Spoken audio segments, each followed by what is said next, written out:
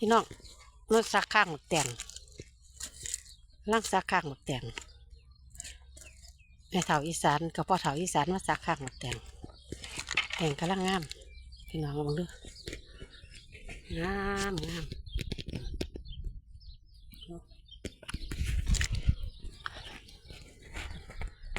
สดไปเล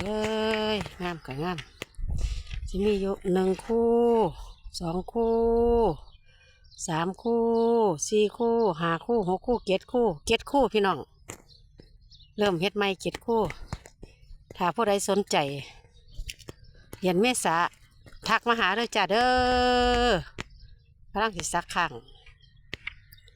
พริกก็มีคู่หนึ่งลอกไก่อันปลาบักแตงนี่ล่ะยังก็ซักข้าง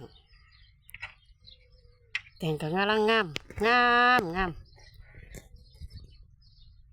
บ่เกิน